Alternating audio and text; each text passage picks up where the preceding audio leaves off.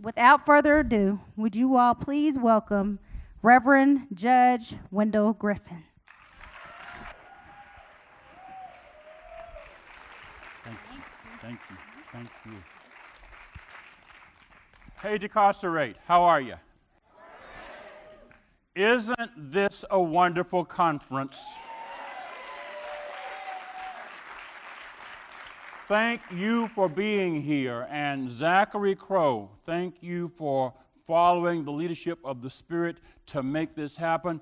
Thank all of the people who came from far and near to join in this process. Thank you very, very much. Thank you very much. And I want to ask you to join me in praying for Reverend Tracy Blackman. She leaves here and goes to the Vatican. And I want you to pray for her because, see, not only pray for her safe travel, but pray for her to take the same prophetic fire, because you understand, the Spirit that's in you here needs to be over there too. And the message you got here needs to be taken over there. And the Creator has you in the world to make sure that message gets there. Amen. I love you. You can't make me quit. Somewhere there is a presentation. I want to talk to you about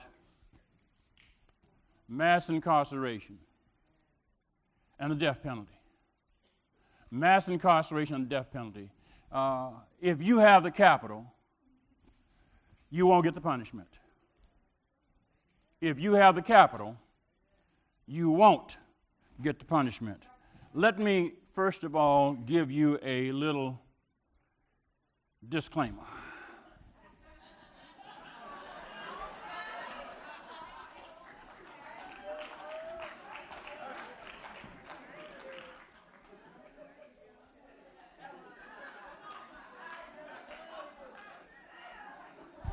I have told you now, okay? I have told you now. So if anybody said he said something and it made the whole judiciary of Arkansas look bad, say, you're a lie and the truth is not in you, because the first slide after the first slide was said, this is all on me. Okay, this is all on me. Reverend Allen? Yes, ma'am. Yes, ma'am. Yes, ma'am. Well,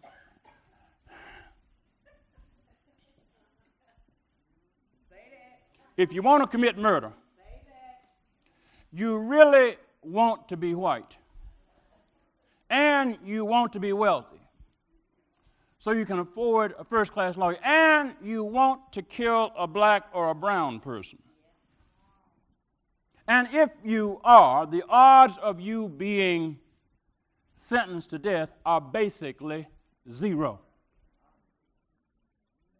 Zero. And that is from David R. Dow, who is the author of the autobiography of an execution and also a capital defense attorney. I want you to understand, just because I'm accused of saying stuff that people say is radical doesn't mean that I'm the only person who thinks this way. There are a lot of people who think this way, which means that some people who think like me are right, whether you think I'm right or not.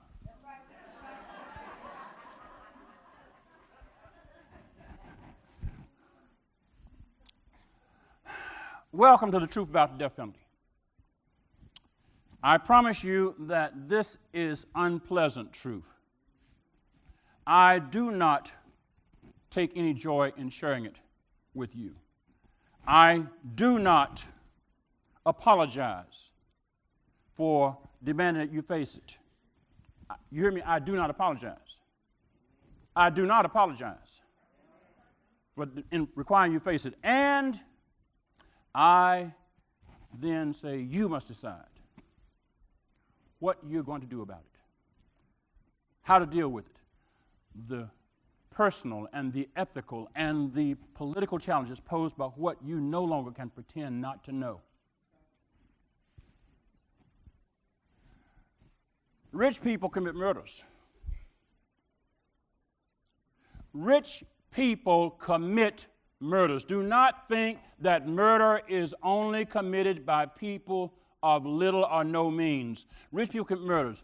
Richard Loeb and Nathan Leopold, young sons of wealthy families and the thrill killers convicted of murdering a young boy, were spared the death penalty in 1924 after an epic defense by Clarence Darrow that focused on their mental states. Rich people commit murder. Rich people commit murders. Texas oil man T. Cullen Davis, charged with seriously wounding his estranged wife, Priscilla, and murdering her lover and her 12-year-old daughter in 1976.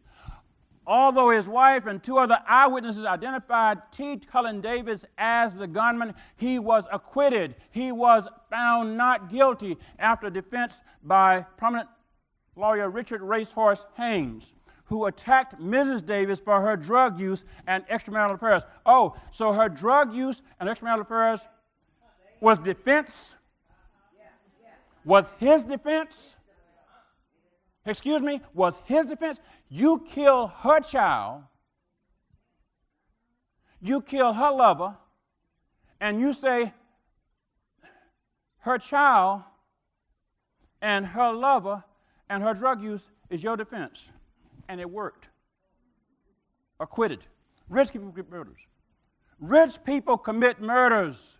Joseph Henry Gamsky, a.k.a. Joe Hunt, the leader of a group of wealthy youths called the Billionaire Boys Clubs, convicted in 1987 of murdering a Beverly Hills conman, Ron Levin, whose body has not been found to this day. A jury rejected a death sentence. Rejected death sentence for him and chose to give him life without parole. Rich people commit murders. Born in New York City, January 10, 1968, Joseph Lau Menendez and his younger brother Eric grew up with wealth and privilege. You heard of the Menendez brothers. Tight rental, domineering father. They killed their parents, killed both of them, shot them to death with a shotgun. Shot them dead in their homes. Lyle and Eric Menendez were arrested for the crime, pleaded not guilty by reason of self-defense. Excuse me? They didn't buy pizza, and that's self-defense? Okay. The prosecution sought the death penalty. Guess what? Following a mistrial, both Menendez brothers were sentenced to life in prison without parole. Rich people commit murders. Death row is not a high-income neighborhood. Quote, I don't know of affluent persons, people who've been sentenced to death, and this is from a person who is a scholar, who was a scholar at the American Enterprise Institute, that's a conservative group there, and was author of the 1978 book For Capital Punishment. He was a death penalty proponent. He favored death penalty, but he says, I don't know of a single person, any affluent person who's been sentenced to death. Do you? Do you know of any affluent people who have been sentenced to death? Death row is a gated community.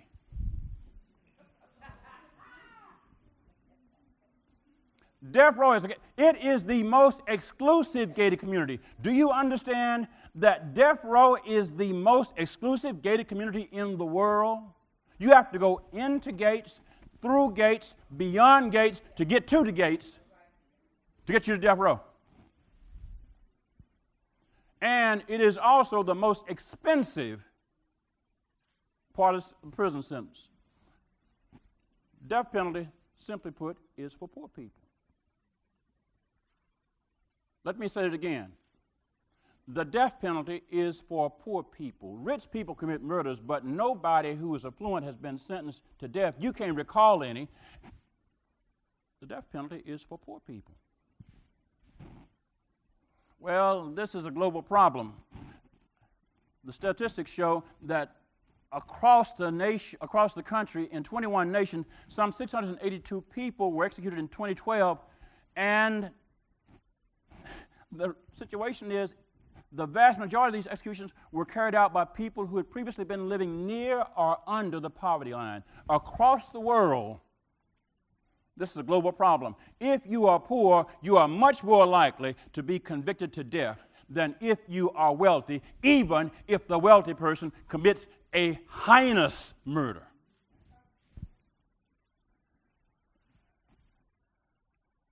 I cite this so you know I can do research. Because, see, people don't think that people like me can do research. So how do we fix this problem? Here's the first way you fix it. If you have money and if you can afford adequate counsel, you don't end up on death row. It's just that simple. If you have money and if you can afford adequate counsel, the chances are almost nil that you're going to end up on death row. Why? Because rich people commit murders, but rich people don't get on death row. Why? Because they have the money to get. Can somebody say OJ?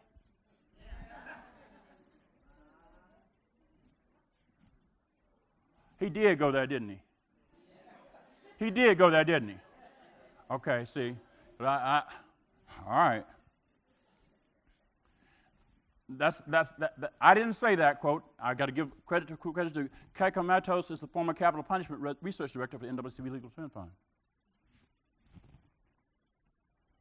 The cost issue cuts both ways, folks. An independent review of death penalty between 2000 and 2016 in 15 states found this information. Seeking and imposing a death penalty is more expensive than not seeking it. Why? It's just this simple. What makes the death penalty expensive is that, quite frankly, the intensive jury selection, trials, and appeals required in capital cases can take over a decade and run up a huge tab for the state. Death row, where prisoners facing execution are kept in separate cells under intense observation, is also immensely costly. Death row is,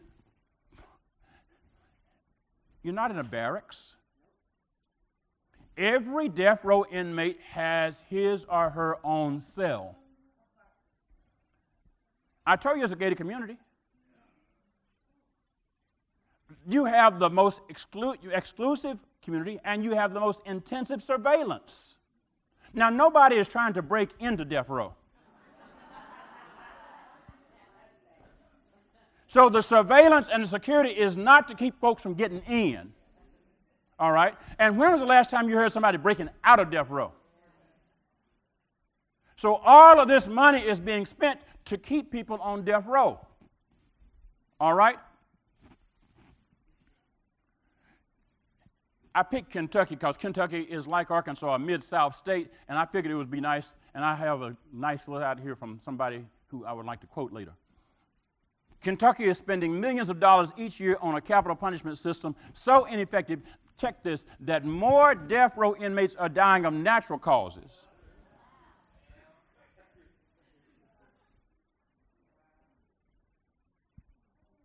I kid you not. Yeah, there's more.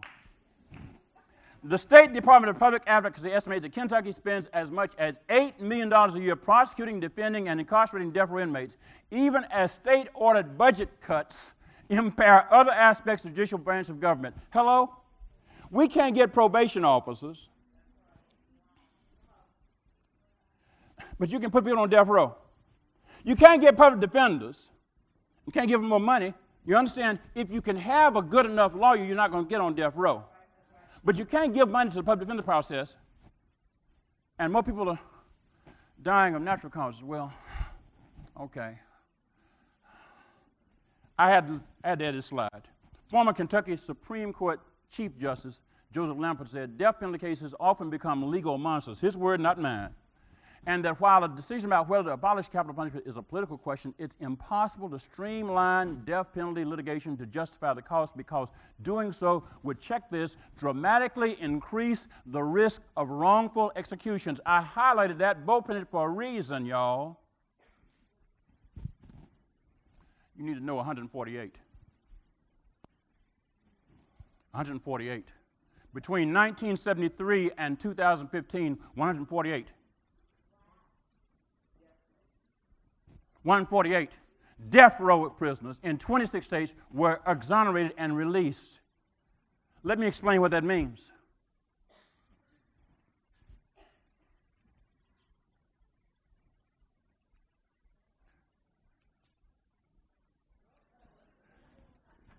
I hate haters. 148 people were arrested for murder. They were charged with murder. They were prosecuted for murder.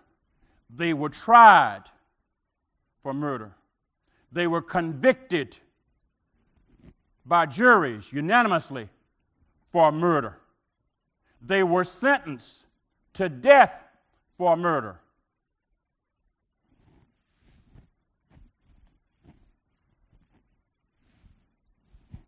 They were placed on death row.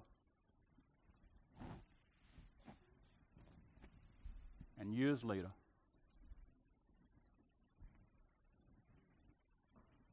they were exonerated and released from prison. Let me explain.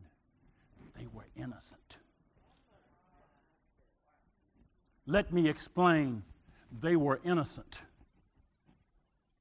Now, when I was in the Army, here's how we would do this. We would say, count off 1, 2, 3, 4, 5. And we get to 148, that's how many of you would be innocent but yet convicted.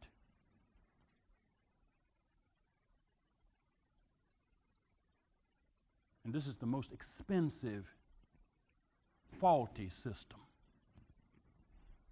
with the worst remedy for its error. How do you fix killing an innocent person? You can't say oops. You can't say oops. Well, why not abolish the death penalty? The death penalty doesn't deter murder because obviously people commit murder, even rich people, poor people, everybody commits murder.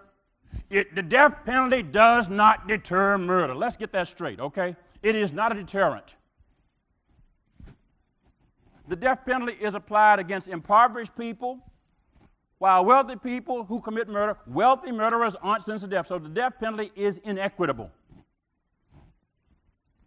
The death penalty is expensive. It is uncontrollably expensive and time-consuming. And to make matters worse, mistaken death sentences and executions are irreversible. So why not abolish it? If it does not work, if it's more expensive, and if it is faulty, why not bother it? Why do you keep doing something that doesn't work and is expensive?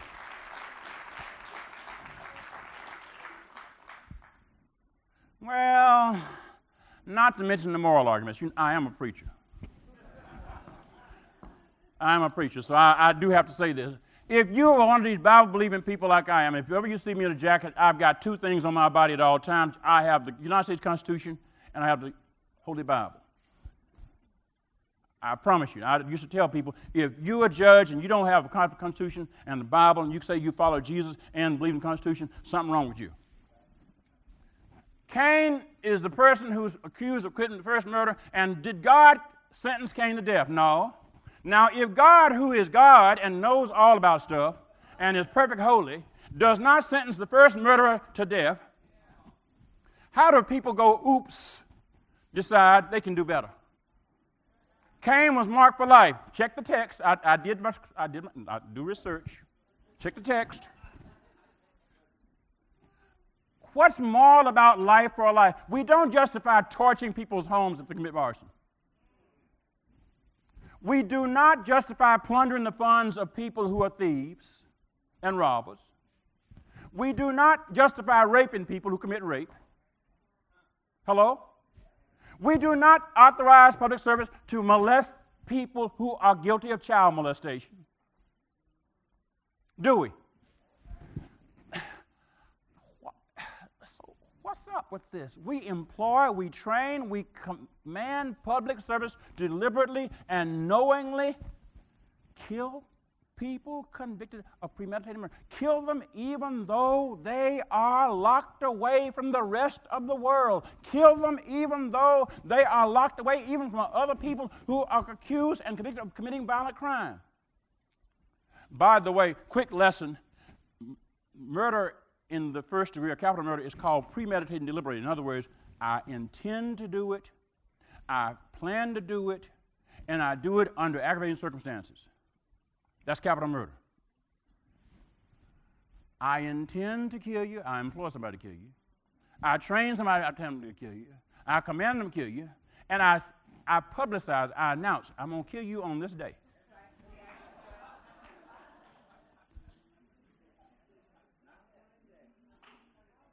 Now, understand something. If you are a judge, if you any judge besides me, because I no longer am allowed to do capital murder cases because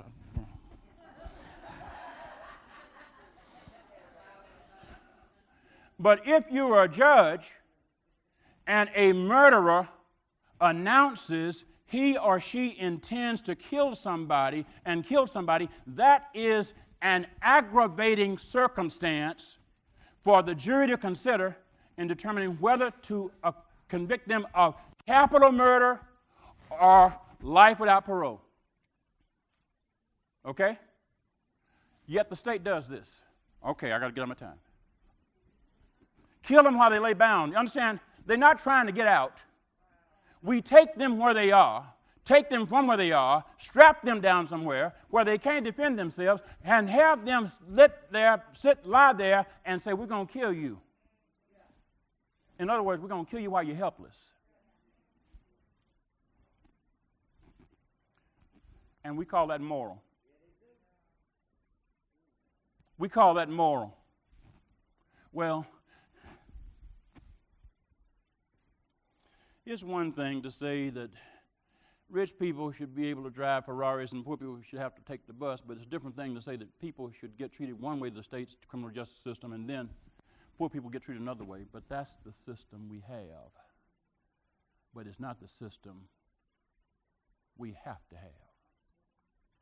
It's the system we have chosen. Now you know why